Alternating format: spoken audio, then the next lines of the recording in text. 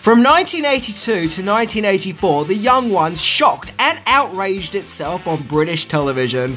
Consisting of 2 series made up of 12 episodes, The Young Ones is about 4 students from Scumbag College, living in squalor in their house, where all kinds of wacky and surreal things happen. I'm not a magic! I am not a magic! The Young Ones consists of Rick, played by Rick Mayall, an anarchist sociology student and poet. He really is a complete bastard. Sycophant! Vivian, played by Adrian Edmondson, the punk heavy metal rocker who is also violent as hell. You took your time, you bastard! Neil, the dim-witted passive hippie, played by Nigel Planner. Do I smell? Yes. And Mike, the cool one, played by Christopher Ryan. That I did not expect.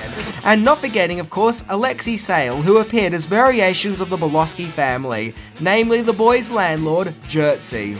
Come on, everybody, let's play Daleks! Exterminate! Exterminate! What with its youthful alternative comedy style, The Young Ones shocked and repulsed older viewers, while becoming breakthrough television to the younger viewers who couldn't get enough of the show's energy, chaos, and oddball humour. The show is unlike anything you've ever seen before, as it has everything from puppets to explosions to lots of cartoon violence, making it one surreal experience. But above all, The Young Ones spoke to the youth, and in some cases the public in general, and challenged established norms. An outrageous comedy sitcom that broke the rules of conventional television and changed the face of comedy forever. Honestly, I don't know why I bother sometimes. I don't know why you bother ever. So today we are going to look right into this classic British comedy to try and learn just how such a strange and quirky show came to be, by looking into 10 things that you may not know about The Young Ones. A show which I swear every time I watch I lose count of the amount of times I hear the sentence, "You utter bastard!" So, let's check it out. Welcome to the Lion's Den, temptations on his way. Welcome to the House of Fun.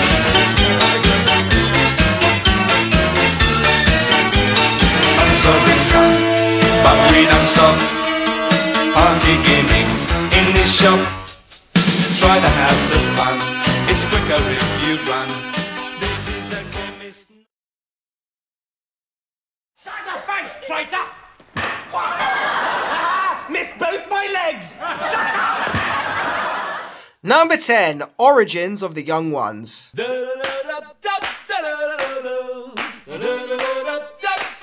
The Young Ones started in the early 80s with a bunch of university students who performed comedy acts on stage at a club called the Comic Strip. 2 performers who were a popular collaboration were Rick Mayall and Adrian Edmondson, and they named their act 20th Century Coyote, which was taking the piss out of 20th Century Fox. The act was best known for its slapstick anarchy humour. Nigel Planner also performed at the club where he met Rick and Edmondson, where Rick and his partner Lisa Mayer came up with the idea of a sitcom about 4 students living in a house. And it was while working on the pilot in a bar, Rick Mayall bumped into comedy writer Ben Elton, where he helped collaborating on the script, and thus that's how he got involved with the show, in which Elton would become the show's permanent co-writer. Paul Jackson, who they met through comedy gigs, came on board as director, and the pilot was created, and thus The Young Ones was born. But the big question is, how would the old beards at the BBC take to this new alternative comedy show? Number 9. The Young Ones was only shown because of Channel 4.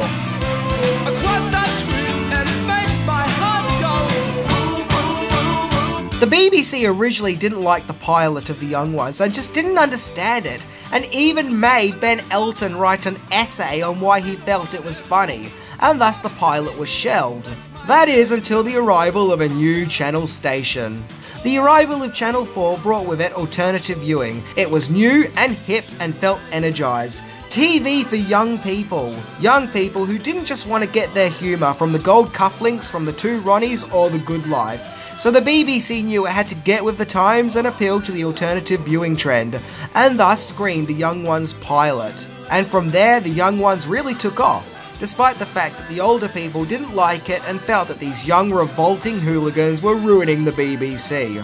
But the more the older refined members of society didn't like it, the more the youth loved it, as it appealed to their rebellious streak with its outrageous comedy antics. Not only did it appeal to young people, but, as with most things in life, the more you try to enforce to young people that something is no good or should be banned, the more they are going to lean towards it. Number 8. The Search for Mike.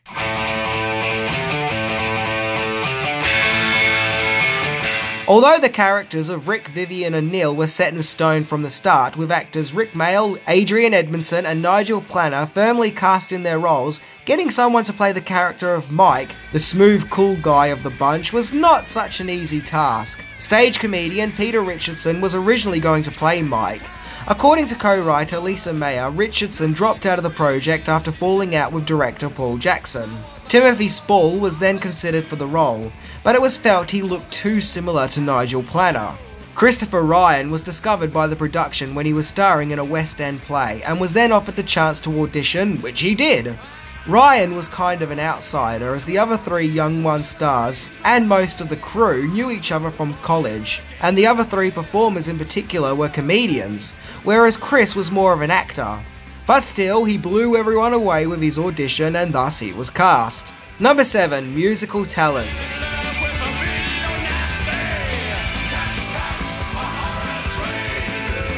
Technically, the YoungOnes wasn't a comedy show, but a variety show, all because of the inclusion of musical acts. Each episode out of nowhere would see a current musical act perform a song, and because the show was recorded live, this put it in the category of variety, meaning the show got funding from the variety department at the BBC, and it also meant recording could take 2 days, as opposed to the comedy sector, which only allowed for 1 day of shooting. The musical segments became a prominent part of the show, like a tradition that at some time or another a band will turn up and perform a song. Over its 12 episodes, the YoungOnes saw many great musical talents, such as Madness, Dexy's Midnight Runners, The Damned, and Motorhead, to name but just a few. However, it seems copyright problems would later rear its head, as when the show was released on DVD, the song that was used in the episode Cash, Homesick by Jules Holland and Friends, has been removed, making an awkward cut in between scenes. I always felt that the inclusion of the bands gave the show that little extra kick. And in addition to that, most of the bands at the time were picked by the cast and crew themselves, as they were fans of the bands and picked them by hand. Number 6. Fifth Housemate. So over the years, fans have noticed something strange about the YoungOnes, that there seems to be a mysterious fifth housemate. A young female sitting in silence with her long hair covering her face, who seems to randomly show up in some scenes, often in the background. So who is this mysterious fifth housemate, and why was she hidden throughout the show? Well, the reason being to give the show more of a re-watch value when released on VHS, something to give the viewers to go back and try and spot out. Co-writer Lisa Mayer explains the origin of the fifth housemate, and explains that she isn't actually a housemate per se, but at some stage a party was held at the house, and she just never realised the party had finished and was just left sitting around the place, and none of the other housemates noticed her. And what's even more baffling is that apparently some of the cast didn't even know about the fifth housemate's presence. Nigel Planner said he had no idea that there was someone else there sitting around on the set. Number 5. Neil had a single. Oh wow! What a horrible dream I just had! When it comes to the YoungOnes and the musical charts, most people are aware of their charity song Living Doll. However, in 1984, Nigel Planner, in character as Neil, released a solo single, which was a cover for a song called Hole in My Shoe. And although the idea of Neil releasing his own single sounds ridiculous, the song was actually big business, as it won an award for Best Comedy Record, and Nigel Planner as Neil would even appear on Top of the Pops to perform the song. However, the Hole in My Shoe single probably isn't the strangest piece of merchandise associated with the YoungOnes. That honour belongs to the YoungOnes video game. Yes, I'm not kidding, there was a YoungOnes game. It was a game made for computer systems like the Commodore 64. The aim is to pick one of the housemates, where you maneuver them around the house trying to collect their belongings due to being evicted, with a time limit, while overcoming obstacles, mainly other members of the house who get in your way and try to screw shit up for you.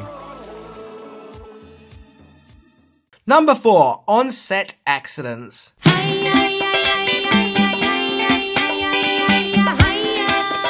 The Young Ones was actually a special effects heavy show, full of random explosions and characters hitting each other over the head with objects. However, back then there was no health and safety team on the show, which did lead to a few potential disasters. For example, one sketch saw a lion tamer and 3 lions. As a kid, I always assumed that this was stock footage, but no, apparently real lions were brought on the set. In other words, while making The Young Ones, the cast and crew went all out. In the pilot episode, one scene saw Vivian bite into a brick which explodes.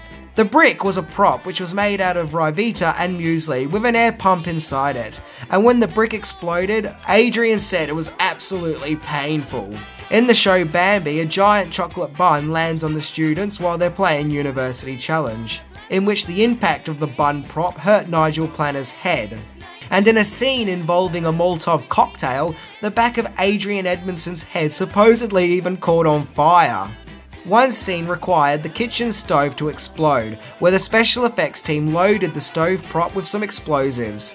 However, some time later, someone else in the team, thinking that the explosive hadn't been loaded yet, added more explosives. So when it goes off, you can really see it catches Rick Mayall off guard, and he generally looks shocked. In an interview on an Australian talk show, Rove, Alexei Sayle claimed that in one episode, the Vivian character was meant to throw a brick at Rick's head, but Adrian accidentally picked up a real brick and threw it at Rick Mayall's head, which caused him a trip to the hospital. Ah yes, sometimes comedians do have to suffer for their art. The show was pretty violent, but the idea behind the violence was that the show was cartoony, sort of in a Tom and Jerry kind of way. In that 1 minute you'll see characters get destroyed and completely lose limbs, but in the next scene later they're perfectly fine and back to normal. Number 3. Subtle interruptions.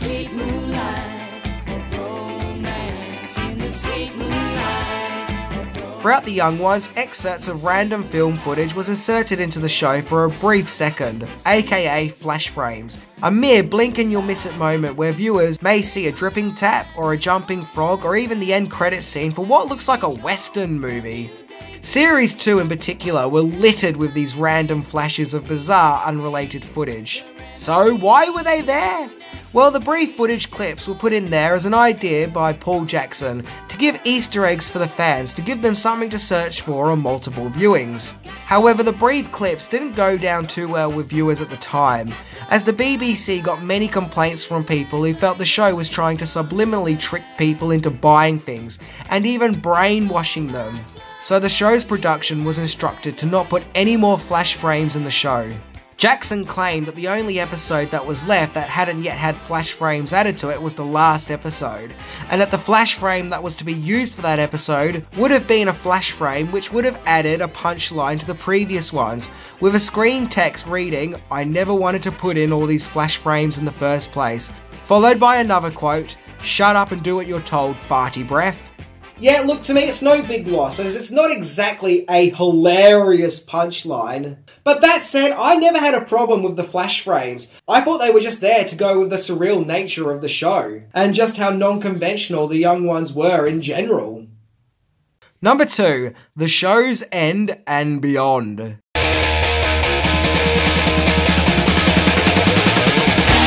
In 1984, it was decided to wrap up and finish the show after 2 seasons, because many on board felt satisfied with what they had done, and just felt like it was the right time to move on.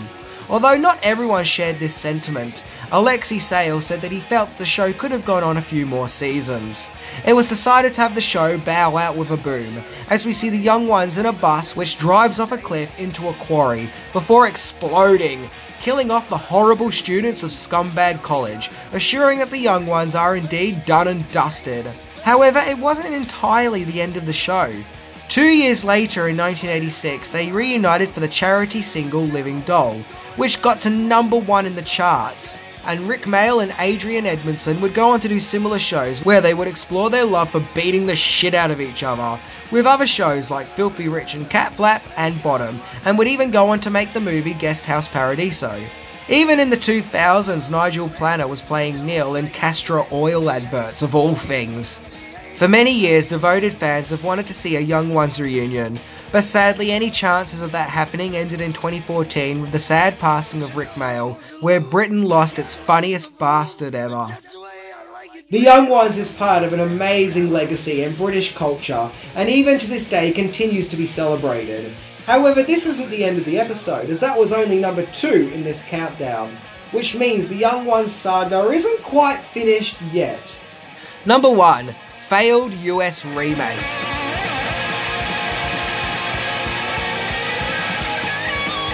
The Young Ones was shown in the States in 1985 when it was broadcast on MTV, where it became a huge hit, where someone came up with the mind-numbing idea of making a US remake of The Young Ones, a show so British and engulfed in British culture. The idea of converting it into an American version is baffling. The show was called Oh No Not Them, and featured replacement actors playing the actors of The Young Ones, except for Nigel Planer, who returned as Neil, making him the only returning cast member. Only a pilot was filmed, but even that was considered such a failure it never got aired, and there is very little information available surrounding the US remake, and to this day no footage or images from the show has come to light, except for this supposed title sequence. What we do know is that the show starred American actor Jackie Earle Haley as Vivian, although according to IMDb the character was called Adrian, and the show was directed by David Merkin, who was the producer for The Simpsons' 5th and 6th seasons and wrote the famed episode Deep Space Homer. So clearly there was some talent involved, it's just that it was a bad idea and Fox Studios didn't want a bar of it. Nigel Planer apparently hated working on the show, and was relieved when it was cancelled, so he didn't have to continue working with people he didn't like on a show that he hated. Well, that was my look into The Young Ones. The show is stupid and immature and violent, but it's absolutely brilliant and I wouldn't want it any other way. It's an interesting time capsule of 1980s Britain, and I have no doubt that it will continue to be celebrated. Anyway, I'm Minty, and although Rick Mayall is sadly no longer with us, the sight of watching him and Adrian Edmondson beat the shit out of each other never gets old. See ya!